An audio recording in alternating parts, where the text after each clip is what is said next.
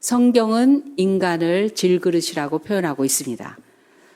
우리가 이 보배를 질그릇에 가졌으니, 로마서에는 하나님이 토기장이고 우리는 토기장이신 하나님께서 만드신 질그릇이라고 말하고 있습니다. 질그릇은 그 자체가 별로 그렇게 크게 가치 있진 않아요. 질그릇이란 어떤 거냐면 진흙으로 빚어서 그릇을, 형태를 만들어요. 물에다가. 뭐 손으로도 만들 수 있지만, 그리고 그거를 잘 말린 게 이 질그릇이에요. 그래서 건드리면 깨지기가 쉽습니다. 거기에 유약을 바르고 1700도, 800도에서 2번 구워내면 그때부터 자기라고 하는 겁니다. 제가 도자기를 좀 했잖아요. 물에다가 그걸 놓고 뺑뺑뺑뺑 돌리면서 그릇이 이렇게 나올 때 그것만으로도 신기한데, 그거를 이렇게 아주 말리지 않고 꾸둑꾸둑하게 말렸을 때 칼을 가지고 물에다 놓고 그거를 예쁘게 도려냅니다. 그리고 또 말려요. 아주 바짝 말려요. 굉장히 단단합니다. 무지무지 단단해서 괜찮은 것 같아요. 그런데 조금만 잘못 건드려도 깨집니다. 근데 거기에 유약을 바르고 아주 뜨거운 불에다가 넣어놓으면요, 그 유리 창고를 이렇게 만들어 놓고 불에 이렇게 타는 거를 보게 해요. 얼만큼 지금 잘 구워지나. 꼬박 하루를 구워냅니다. 학교에 가마가 있어서 거기다가 이제 넣고 만든 학생들이 그걸 이렇게 들여다보죠. 그 불을 계속 잘 뗄 수 있도록, 원래 옛날 방식으로는 장작을 뗐겠지만 우리는 이제 가스를 사용을 해서 때웁니다. 그러면 그 질그릇, 유약을 바른 질그릇이 얼마나 뜨거운지 막 불에 이렇게 흔들리는 게 보여요. 근데 그때 잘못 만들었으면 팍 주저앉는 거예요. 거기에 조그만 돌 같은 게 그 안에 있어도 그냥 깨져버리고 말아요. 그래서 이게 그대로 형태를 가지고 그릇이 된다라는 거는요, 너무 잘 만드는 거예요. 그리고 재료도 너무 좋고. 그런데 우리는 그렇게 유약이나 그렇게 여러 번 구워낸 자기가 아니라 질그릇이라는 거예요. 깨어지기 쉬워요. 상처받기 쉽고, 흠나기 쉽고, 건드리면 아프고, 조각나기 쉽고, 금가기 쉽고, 그런 질그릇이라는 거예요. 그래서 그건 고급스럽게 다뤄지지 않습니다. 질그릇은. 그냥 쓰기 좋으면 되는 거예요. 근데 그 안에 보배가 담겨져 있다면 그때부터는 다르죠. 가격이 다릅니다. 위치가 달라지고 쓸모 있는 그 역할이 달라지는 거예요. 보배이기 때문에. 보배를 담겨 있기 때문에 그렇습니다. 그 보배는 우리가 믿는 예수 그리스도. 성경은 그 보배는 예수 그리스도라 이렇게 말씀하고 있습니다. 즉, 기독교는 교훈과 가르침으로 우리가 수양 닦고 교양 닦고 인격을 훌륭하게 만드는 그런 종교가 아니에요. 불교는 신이 없는 가르침의 종교입니다. 그래서 그 석가모니의 가르침이나 유언을 따라서 지금 불교가 만들어진 게 아니에요. 자기는 정말 시신도 없이 날려보내라고 했고 자기를 기억하라고 하지 않았어요. 그래서 불교는 각자가 많이 깨달아서 열반에 이르면 모두가 그냥 부처가 된다고 얘기를 합니다. 그래서 부처상을 앞에다 놓고서 막 절을 하는 거는 이건 석가모니의 의도하고 다른 거예요. 자기를 그렇게 기념하라고 한 게 아니거든요. 근데 기독교는 그런 교훈과 가르침의 종교가 아니라, 교훈과 가르침이 분명히 있는데 그분과의 연결이 돼야지 되는 게, 이게 하나님과 우리 주님 예수 그리스도와 내가 연결되는 것을 가지고 우리는 신앙을 갖고 있고 신앙생활이라 이렇게 말을 하고 있는 것입니다. 머리 대신 주님, 교회는 머리가 주님이시고 그리고 우리 믿는 성도들은 그분의 몸된 지체라. 그래서 머리와 이 몸이 계속 유기적인 관계를 가지고 있을 때 비로소 살아있는 거예요. 그때 비로소 교회라고 하는 거예요. 그때 비로소 신앙이라고 하는 거예요. 그러니까 내가 도덕적으로 윤리적으로 이 가르침을 받아서 잘 하고 있다 할 때 교회가 아니고, 하나님과 내가 어떤 관계로 지금 연결되어 있는가. 가족은요, 매일 똑같은 집에서 매일 똑같은 사람끼리 만나요. 그런데 매일 달라요. 왜 다른지 아세요? 나이가 들어가죠. 상황이 바뀌죠. 컨디션이 다르죠. 그러니까 매일 다르게 어울리고 있어요. 우리 옆 사람 놓고 우린 가족입니다 얘기 한번 했어요. 그래야 잠이 깰 것 같아. 저를 막 너무 유혹적인 눈빛으로 저를 쳐다보고 있어요. 어슴푸레한 눈으로 막. 그죠? 빨리 끝낼게요. 저는 아무것도 기여하지 않았는데 할머니예요. 이모 할머니, 고모 할머니, 무슨 할머니, 무슨 할머니. 아무것도 한 게 없는데. 저는 그냥 제가 아닙니다. 한 사람이 이 세상에 등장함으로 인해서 제 존재를 바꿔버렸어요. 그래서 세뱃돈이 나가는 거예요. 내 돈이 막 나가는 거야. 누가 애를 낳는데. 며느리가 들어오고 사위가 생기고 그러면요, 그냥 나로 살 것 같아요? 그렇지 않아요.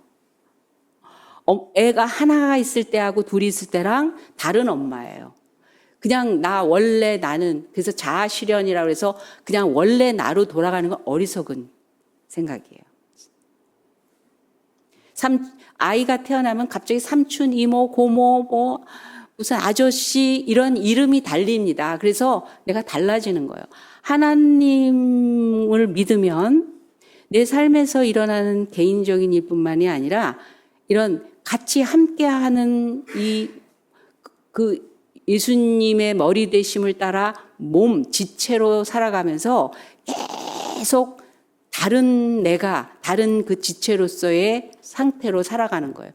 몸이 눈이 있는데 눈은 눈대로의 가치가 있고 나름대로의 생각이 있다 그래서 몸 바깥으로 나가면 어떻게 되는 거죠? 그 몸 자체가 장애인이야? 몸 전체가 장애인인 거예요. 눈이 뭘 봤어요. 그럼 몸이 따라가요. 눈이 뭘 봤는데 몸이 따라가요. 어떤 아는 분을 만났어요. 그러면 눈이 먼저 봤는데 그다음에 입이 얘기를 합니다. 안녕하세요. 악수도 하고 몸이 같이 거기에 걸맞게 따라간다고. 아는 사람, 모르는 사람, 친한 사람 여기에 따라서 다 같이 움직인다고요. 그런데 교회, 하나님의 몸된 교회에서 어떤 일이 벌어졌는데 나와 상관이 없어요. 그러면 그걸 뭐라면 굳은 살이야. 굳은 살은 어떻게 할까요? 네? 어떻게 하죠? 굳은 살은 밀어서 없애버리는 거죠. 밀어서. 떼니까. 여러분, 큰 공동체 안에서 굳은 살처럼 그냥 나는 나야. 그리고 왔다 갔다 하면 이거는 때가 되는 거예요. 때처럼. 주님으로부터의 오는 공급, 주님이 나에게 내 인생 가운데, 내 삶 가운데 역사하는 그 신앙인으로서의 삶에 대해서는 경험한 적이 없이 그냥 건물 들락날락 하면서 종교난에 기독교라고 쓰는데 사실은 하나님과 아무 상관없는, 하나님을 말할 수 없는, 그러니까 성경은 내가 널 낳았다, 내가 너와 결혼하였다, 하나님은 우리께 얘기하셨는데 결혼하지 않은 상태에서 유부남 유부녀처럼 살아가는 거하고 똑같은 거예요. 모르는 거죠. 기독교는 하나님과의 유기적인 관계, 또 지체로서의 유기적인 관계를 계속 맺어가면서 얼마든지 새로운 삶을, 새로운 나를, 새로운 인생에 대한 것들을 경험하는 그런 종교입니다. 주님은, 제가 질문 하나 하겠습니다. 우리 주님은 진보입니까? 보수입니까? 곤란하죠? 대답하기. 진보입니까? 보수입니까? 지금 이 시대에 살면 진보에 속하시겠습니까? 보수에 속하시겠습니까? 진보인 것 같아요. 왜냐하면 가난한 자, 억울한 자, 소외된 자, 아픈 자, 핍박받는 자에게 적극적으로 다가가셔서 그 부분을 해결도 해주시고 대변인도 해주시고 그리고 그 사람들을 어떻게 대해야 된다고 가르쳐 주셨어요. 군인들한테 뭐 부자들한테 이렇게 해라 이렇게 해라 가르쳐 주셨어요. 이렇게 어떻게 살아야 되는지. 근데 진보적인 것이지 진보는 아니십니다. 그분은요 세리장을 제자로 삼았어요. 그 사람들을 착취하던 세리장을 데리고 하늘나라의 일을 맡기는 제자로 삼으셨어요.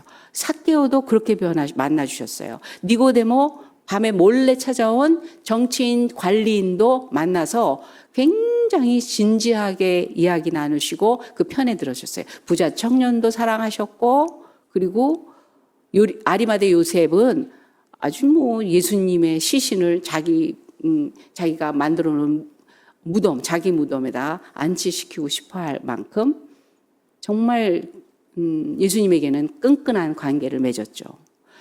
불쌍한 사람뿐만이 아니라 현실에서 충분히 누리고 있는 사람들에게도 우리 주님이셨어요. 보수셨어요. 근데 보수가 아니라 보수적이죠. 그러니까 보배란 우리가 질그리신 상태에서 보배를 담고 있다라는 그 의미는 그분과의 관계는 진보적인 거와 보수적인 것들이 같이 공유되는, 공감되는 그런 삶인 거예요. 그런 공동체인 거예요, 교회는.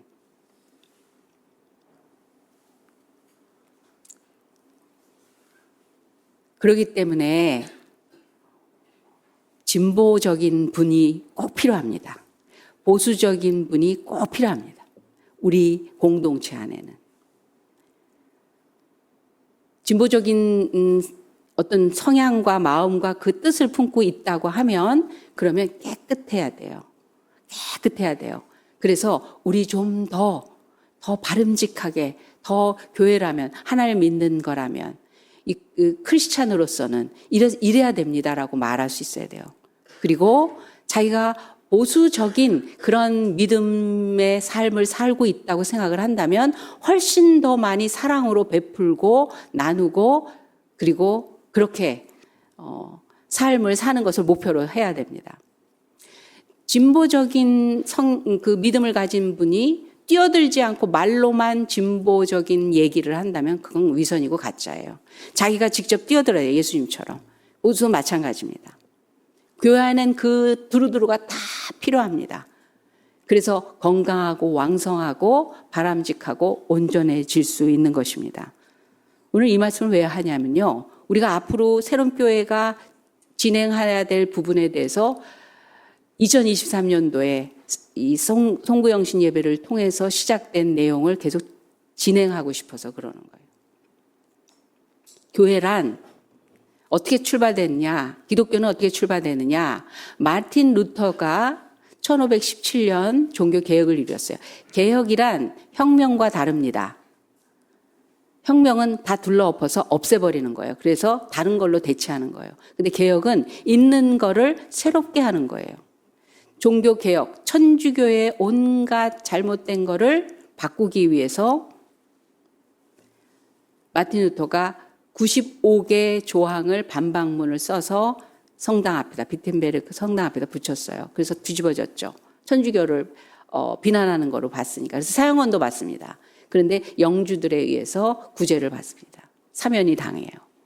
그런데 그걸 우리가 기독교에서는 유명한 사람입니다. 칼빈이 스위스 제네바에서 개혁교회로 만들어가요. 그 종교개혁의 연장선에서. 그게 우리 대한민국의 지금 기독교의 기초가 됐다고 생각하는데 천만의 말씀이에요. 이 존 켈빈은 어떻게 개혁을 했느냐면요. 천주교의 계급적인 교회가 계급이 되어 있는 거예요. 교황과 주교와 주임 신부가 철저하게 통치하면서 일반인은 성경도 못 읽고 정치까지 개입을 하면서 나라며 모든 것들을 지배하고 있는 거예요. 이 하나님 뜻이 아니라는 것을 마틴 루터는 설명을 한 거죠. 그걸 얘기한 거죠. 그리고 켈빈은 시행에 옮기기 시작합니다. 그래서 교회를 어떻게 말하냐면 엘더라는 이름으로 20대 엘더, 30대 엘더, 40대 엘더, 50대, 60대 엘더들의 교회를 위해서 희생하고 섬기고 아낌없이 자신의 삶을 헌신하는 것들을 통해서 아름다운 교회를 만들어가는 거예요. 저희가 어린이들이 헌금을 봉사합니다. 뭐 청소년들이 기도를 합니다. 우리 다양하게 이렇게 함께 하잖아요. 그렇게 하기 위해서 그런 거예요. 20대, 10대서부터 20대의 엘더들을 세우기 위해서요. 교회는 계급적인 곳이 아니라 모두가 함께 그 자기의 모습, 그 자리를 성직으로 알고 거기서부터 기꺼이 하나님 앞에 제가 책임질게요. 제가 할 수 있는 일이라면 제가 책임질게요. 이런 사람들이 주님의 몸으로 머리 대신 주님의 성분을 그대로 닮아서 몸으로 나타내는 그런 교회가 되게 하기 위해서 그렇습니다. 근데 존 낙스라는 사람이 이 칼빈에게 배웠어요. 그런데 뭘 잘못 배웠냐면 이 사람이 엘더를 세운 걸 보고 인적 쇄신을 하면 되겠구나. 그래서 사람들을 장로회에 만들어서 거기서 결정해서 그 리더들이 다 결정하게 하자. 그래서 또 다른 계급이 된 거예요. 교회 오면 몇 년 되면 집사 되고 그 다음에 어느 정도 되면 뭐 무슨 일도 하고 그러다가 서리집사 집사 되고 권사 되고 장로 되고 안수집사 되고 장로 되고 이런 계급이 된 거예요. 우리도 은근히 그런 걸 느끼고 있잖아요. 그래도 집사님보다는 권사님이 연세도 들어가면서 뭔가 리더로서의 역할을 하는가 보다. 그렇지 않아요, 현실은. 제가 전에 있던 교회에 담임 목사님이 저한테 장로님들과 권사님들, 안수집사님들한테 성경 공부를 하라고 하시는 거예요. 그래서 아니 제가 나이도 어린데 그때는 훨씬 어렸으니까 다른 목사님들도 계시고 그런데 너가 해 그러시더라고요. 그러면서 살짝 저한테 뭐라고 하시냐면 거기 믿음 없는 사람들이 있거든. 그러니까 아예 기초부터 해 이러시더라고요. 그런 분이 장로님이고 안수집사님일 수가 있다는 거예요. 그래서 그게 의문이었어요, 저는. 여러분, 리더십은 굉장히 영향력이 큰 거예요. 어떤 리더십의 교회는 낮아지는 리더십이잖아요. 높은 자리가 아니라 섬기는 자가 높아지는 그런 곳이잖아요. 그래서 엘더라는 말은 나이가 들었다라는 말이 아니라 어른이라는 소리예요. 올드에서 나온 말인데 그래서 그 어른다움을 20대에 맞게, 30대에 맞게 그거를 지금 우리가 다 같이 경험을 하고 거기서 배우자라는 거예요. 너무 감사한 게 기쁜 소식이 있어요. 우리 청년들이 저한테 연락이 왔어요. 청소를 토요일마다 하는데 하다 보니까 청소기가 망가져 있더라는 거예요. 잘 안 된다는 거예요. 그래서 저희가 가지고 있는 자금 가지고 청소기를 사려고 그러는데 어떻게 생각하세요? 그걸 뭘 생각을 해. 말할 필요도 없지. 그래서 2개 저거 새 거 아주 엘렉트로닉스가 그 센 거거든요. 그 2개를 샀어요. 맞아요. 저희가 책임질게요. 20대들이. 내 교회예요. 우리 주님의 몸이에요.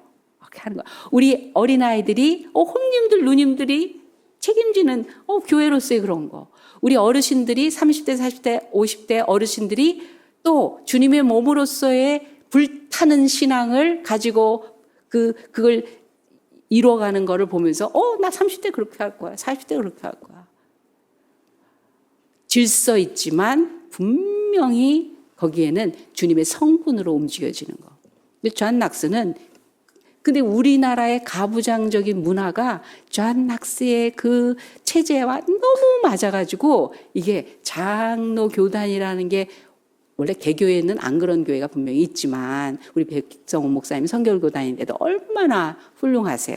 그 교단이라는 문제를 제기하는 게 아니라 사고방식, 교회 성분 이런 거를 그렇게 만들어서 우리는 장로교가 굉장히 많잖아요. 우리의 가부장적인 문화와 맞아서 그래요. 그런데 미국은 침례교단이 60-70%예요. 제가 침례교단 신학교 나왔잖아요. 기뻐해 주시기 바랍니다. 덕분에. 거기는 침례교단의 첫 번째 그 교단의 원칙이라고 그래야 되나요? 그 첫 번째가 뭐냐면 모든 교회의 가르침은 성경을 기초로 한다예요. 무슨 장로회나 뭐 장로라는 말이 없어요. 침례교회는. 특별히 한국교회는 여자 리더를 세우려니까 뭐 안수 집사는 남자들이 해야 되고 장로님은 또 남자들이 해야 되니까 여자 리더는 뭐 해야 되고 전 세계에 없는 권사라는 말을 만들어낸 거예요. 계급적인 걸로 또 만든 거예요. 리더십은 분명히 헌신과 섬김과 나눔과 희생인데 모든 나무의 가장 오래된 부분은 굵고 튼튼한 오래된 부분, 그래서 거기서 왕성한 생산을 해내는 그 줄기는 언제나 밑둥에 있잖아요. 밑둥에. 가느다란 가지, 가장 나중에 생긴 가지들은 제일 꼭대기에 있어요. 제일 점점 위로 올라가요. 근데 기둥과 이 줄기는 언제나 밑을 차지합니다. 근데 그게 얼마나 중요해요. 그 뿌리에서부터 올라온 그 줄기 기둥이 가지를 받쳐줍니다. 그리고 계속 공급을 해줍니다. 그런 엘더들이 모여서 교회를, 우리 교회, 내 교회 하는 거예요. 아이들이 예배를 막 섬깁니다. 부끄러워하고 어려워하고 하면서 섬기는 거예요. 자기 개발도 되지만 정말 교회가 건강하고 주님의 모습을 닮은 거로 어렸을 때부터 책임지는, 내가 있어야 우리 주님 편해. 주님을 위해서 나를 아낌없이 내어드릴 수 있는 그 기쁜 그 자세. 이게 교회입니다. 저는 가겠지만, 저는 뭐 목사는 언제든지 바뀔 수 있지만 여러분의 교회는 그렇게 계속해서 자손되도록 가야 된다는 거예요. 그게 질그릇 안에 있는 보배, 즉 보배를 담은 질그릇입니다. 그때 그 질그릇이 힘있고 왕성한 거예요. 그때서야 비로소 질그릇의 가치가 최고의 수준으로 설 수가 있는 것입니다. 그런 보배를 가진 질그릇은 과연 어떠냐? 그런 교회는 어떠냐? 그것이 오늘의 말씀의 요지입니다. 그런 질그릇은 첫 번째로 우겨쌈을 당하지 않는다. 사방이 사면 초가예요. 홍해 앞에 선 이스라엘 백성처럼 앞으로 가면 빠져 죽어요. 뒤에서는 추격하는 애국 군사가 있어서 이제 뭐 죽을 수밖에 없는 거예요. 뭐 칼로 죽든 매 맞아 죽든 끌려가서 뭐 어떻게 되든 죽을 수밖에 없어요. 옆은 사막이에요. 광야. 그래서 빠져나가봤자 뜨거워서 죽고 추워서 죽고 굶어서 죽을 수 있는, 즉 사면 초가인 그런 상태에서도 그 보배를 담은 질그릇, 주님의 몸된 교회, 즉 교회는 건물이 아니잖아요. 믿는 우리잖아요. 사람이잖아요. 그래서 사람들이 교회를 싫어하거나 실망했다는 말은 뭐냐면 하나님을 믿는 사람들을 실망했다라는 소리거든요. 교회 욕한다라는 건 그 사람들에 관한 거거든요. 우리가 교회입니다. 근데 그 교회가 우겨쌈을 당할 때도 결코 우겨쌈을 당하지 않는다는 거예요. 이스라엘 백성들이 그 사면 초가일 때 놀라고 두려워하고 염려하고 화가 나서 모세에게 막 항의를 하죠. 그럴 때 모세가 이렇게 외칩니다. 너희는 두려워 말고 가만히 서서 여호와께서 오늘날 너희를 위하여 행하시는 구원을 보라. 너희가 오늘 본 애굽 사람을 또 다시는 영원히 보지 못하리라. 여호와께서 너희를 위하여 싸우시리니 너희는 가만히 있을지니라. 하나님은 결국 홍해를 갈라주셨습니다. 보배를 지닌 질그릇인 우리는, 교회는 사방으로 우겨쌈을 당하여도 결국 쌓이지 않습니다. 어떤 사람이 점쟁이를 찾아가서 자기 운명을 물어봤대요. 그랬더니 손금을 보면서 이렇게 말하더래요. 30세까지는 고생 바가지입니다. 그러더래요. 그래서 좀 실망을 했죠. 그럼 30 이후에는 어떻게 될까요? 30 이후에는 그 고생을 익숙하게 여길 겁니다. 근데 예수님을 영접한 사람은, 예수님 믿는 사람은 그렇게 살지 않아요. 그렇게 살지 않아요. 사방으로 우겨쌈을 당하여도 그 쌓인 것 그 자체를 바꿔달라고 하는 게 아니라 거기를 충분히 이기고 극복해 나갈 수 있는 새로운 길을 찾게 되고 그 길이 열릴 사람이기 때문에 그렇습니다. 우리에게는 보배이신 예수님이 임재하고 계시기 때문입니다. 그래서 어떤 게 인류 인생이냐, 힘들어요, 아파요, 괴로워요, 큰일 났어요, 도망가거나 이런 게 아니라 도전하는, 도전하는 게 뭐예요? 우리가 가지고 있는 기운 때문에 할 수 있다 아니라 하나님 앞에서 하나님이 징검다리가 되주시고 하나님이 무지개가 되주시고 하나님이 산성이시고 하나님이 요새시고 피난처 되시기 때문에 그 도망다니던 왕도 결코 좌절하거나 멸망하거나 꺾이는 것이 아니라 다윗은 20년을 그렇게 도망다니면서 가장 황금기 시기 젊은 시기를 그렇게 다니면서 왕 준비를 철저히 했지. 그 상처 때문에 왕 된 다음에 난폭한 사람 되지 않았어요. 우리 연산군이나 광해군 봐요. 왕이 된 다음에 그 상처 때문에 난장판을 저지르잖아요. 근데 다윗은 그렇지 않아요. 왜? 우겨쌈을 당할 때도 결코 우겨쌈이 아닌 보배를 통해서 보배를 가슴에 심령에 품고 충분히 그 이상의 다른 것들을 향하여 나아갈 수 있는 힘이 있었기 때문입니다. 이런 사람은 이런 교회는 그렇기 때문에 낙심하지 않습니다. 왜? 버려지지 않기 때문에. 우리는 왕따 당하면 버린 거잖아요. 저도 그렇고 제일 싫어하는 감정이 거절감인 것 같아요. 거절감인 것 같아요. 거절감이 뭔지 아시죠? 다 있는데 나한테만 인사 안 할 때. 모르는 사람들끼리 하는데도 그래. 모르는 사람끼리. 이상한 거절감. 원래 에덴에서 하나님 앞에 거절당했어요. 너 나가. 그래서 우리 심령 이 바닥에는 거절감의 상처가 근본적으로 있어요. 그냥 싫다가 하는 게 아니라 너는 존재 가치가 없어 하는 그런 거절감. 그런 거죠. 친구 셋이 있는데 제 친구가 4명이 있거든요. 친한 친구가 4명이 있거든요. 그런데 같이 모여서 막 뭘 합니다. 근데 한 애가 이런 게 심한 아이였어요. 그래서 언제든지 저한테 전화해서 이래요. 너는 왜 약속을 잡을 때 나한테 먼저 전화 안 하고 쟤한테 전화 먼저 해? 그런 기분 이해하십니까? 거절감. 괜히. 근데 왕따까지 당해? 그렇죠. 우리 인생이 나만 안 되는 것 같을 때가 있어요. 내가 열심히 했는데도. 그런데도 불구하고 버림받지 않습니다. 핍박을 받아도 버림받지 아니하며 핍박이 돈의 핍박도 있고 사람의 핍박도 있고 우리 인생에 여러 가지 핍박이 있습니다. 그러나 예수님 자체가 버림받은 분이셨어요. 그럼에도 불구하고 너희는 믿는 너희에게는 보배이나 믿지 아니하는 자에게는 건축자들의 버린 그 돌이 모퉁이의 머릿돌이 됐다. 사람들은 버린다고 했는데 결국 그분은 모든 심령의 주춧돌이 되어서 새로운 생명길로 열어가시는 분이 됐다는 거예요. 우리가 환경이나 사람들한테 버린 것처럼 느껴질 때 결코 절대로 버리지 않는다는 거예요. 하나님의 사람, 하나님의 교회는 왜? 보배를 지닌 질그릇이기 때문에 그렇습니다. 마지막으로 망하지 않기 때문에 망하지 않습니다.